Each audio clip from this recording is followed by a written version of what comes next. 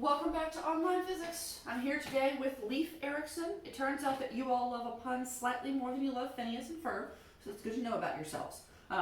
Leif, I feel like, is doing pretty well. You'll help me keep an eye on him. I watered him a little bit yesterday, just because, anyway, we're keeping an eye on Leif. That's our Leif report. Today we're going to talk about reflection, but before we talk about reflection, I want to talk about in general the three things that can happen when light and matter interact. So we will model in this part of the class, we will model light as a ray. So as a straight line, boop, with an arrow at the end.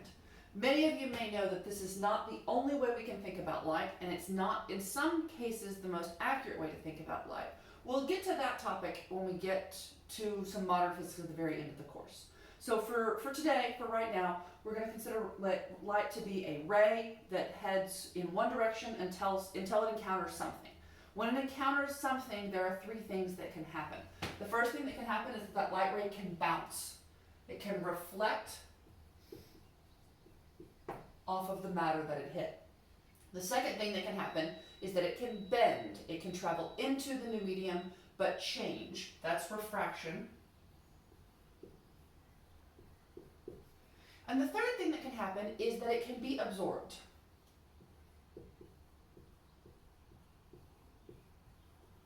This generally involves, honestly, a little chemistry in terms of the bonds that are in the molecule or in the substance that it interacts with.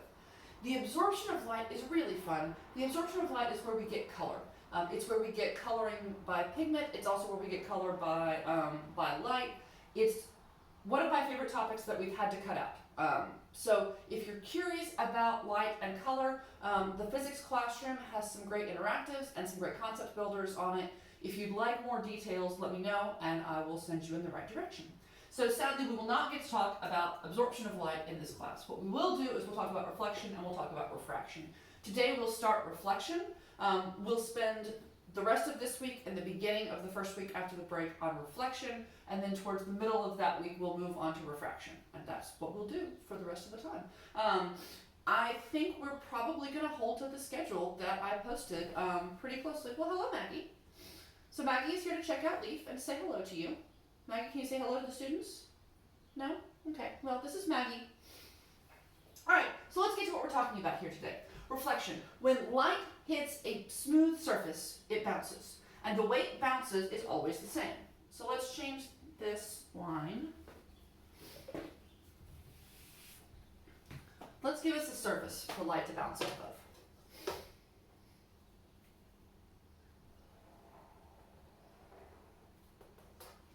When a light ray comes in,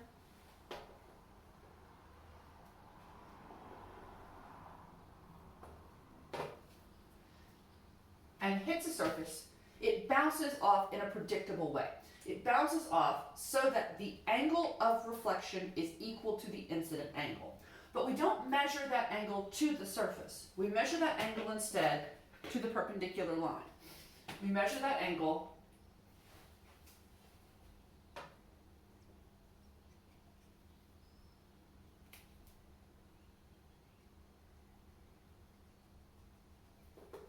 to the normal line.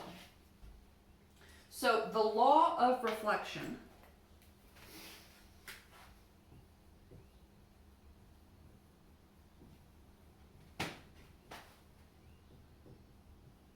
says that the reflected angle is equal to the incident angle. This angle here between the light ray and the normal is the incident angle. Maggie, you cannot eat leaf. Stop it. Stop it. Stop it. We'll have the same angle with the reflected ray.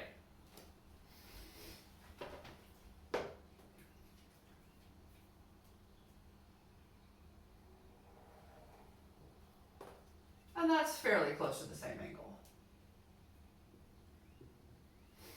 Regardless of how good my drawing is though, the reflected angle should equal the incident angle.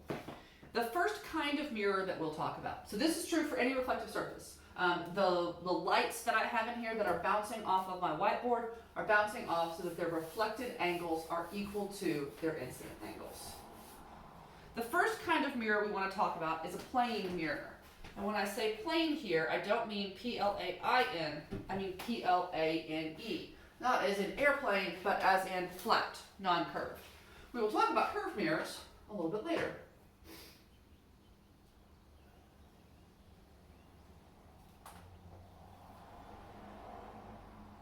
So let's say that this is a mirror, and let's say that you are standing in front of the mirror. My drawing skills did not get better because I'm not in school with you. So here's you. In order for you to see, let's say, what do you want to hold in your hand? Something green. I don't know. How about a green apple? I was going to use a red apple, but I can't find my red marker. So, or just a green ball. There's a green ball in your hand. We're not going to get to talk enough about what makes things have colors, but that's okay. So, light rays from wherever the light source is in the room are all striking this green ball. Those light rays leave going in a lot of directions, but one of those light rays will hit this mirror just right so that when it bounces back to your eye, right? So, lots and lots of light rays are leaving this ball, but one of them will hit the mirror and bounce so that its reflected angle is equal to its incident angle and arrive at your eye.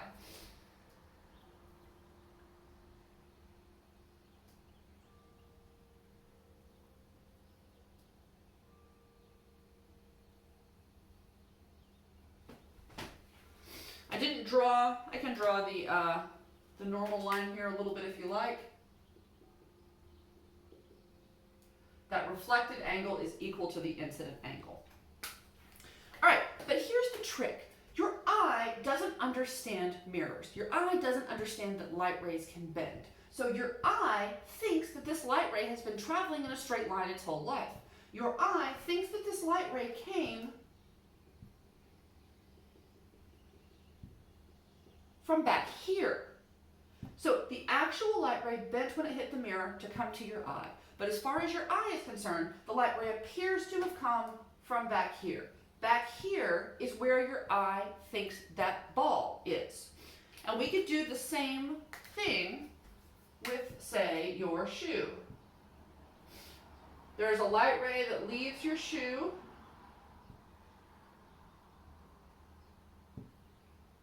hits the mirror and bounces up to your eye, but your eye doesn't know about bouncing light, so your eye thinks that your shoe is back here. We can do this with every part of you or every part of the thing that's in front of the mirror until what we end up with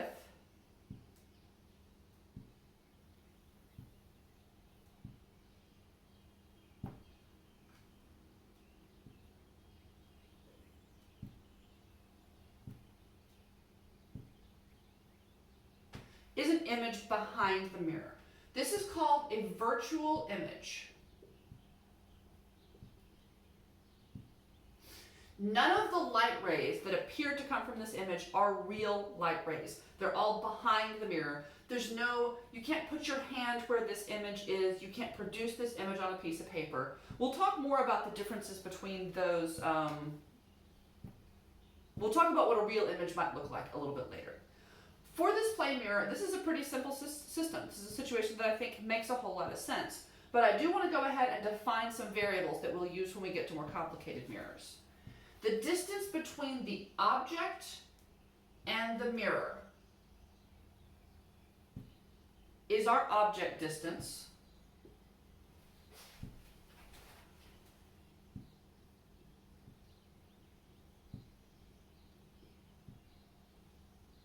And the symbol we'll use for it is DO, little d sub O. The distance between the mirror and the image is the image distance.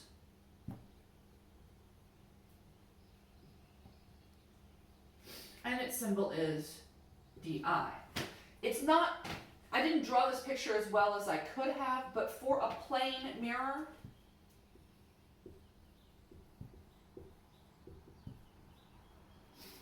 the image distance is equal to,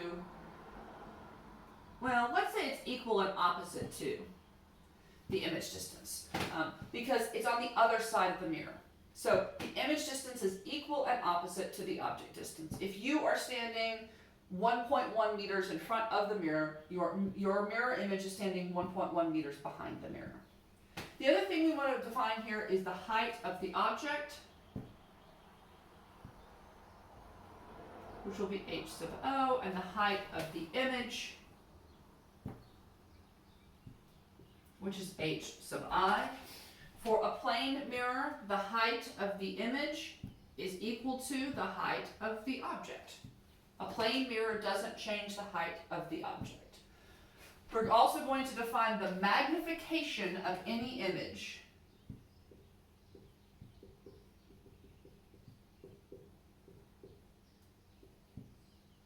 is equal to the image height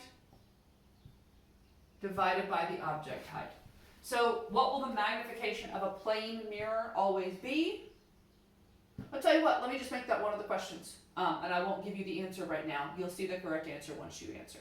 So one of your questions today will be, what is the magnification of a plane mirror? And for your secret question, tell me what restaurant you most wish you could be going to right now, because you're staying safe, right? Staying mostly inside, avoiding the outdoors as much as possible. Tell me what restaurant you most wish you could go to right now. All right, so hopefully you did the concept builder on the spectrum yesterday. Excuse me. You're going to watch this video and have a viewing quiz today. Tomorrow, at some point today, I'll post the other concept builder. So that's kind of what we have for now. Plane mirrors. We have Maggie the cat. We have Leif Erikson the plant. We continue. Things are going great, I hope. And I will see you soon.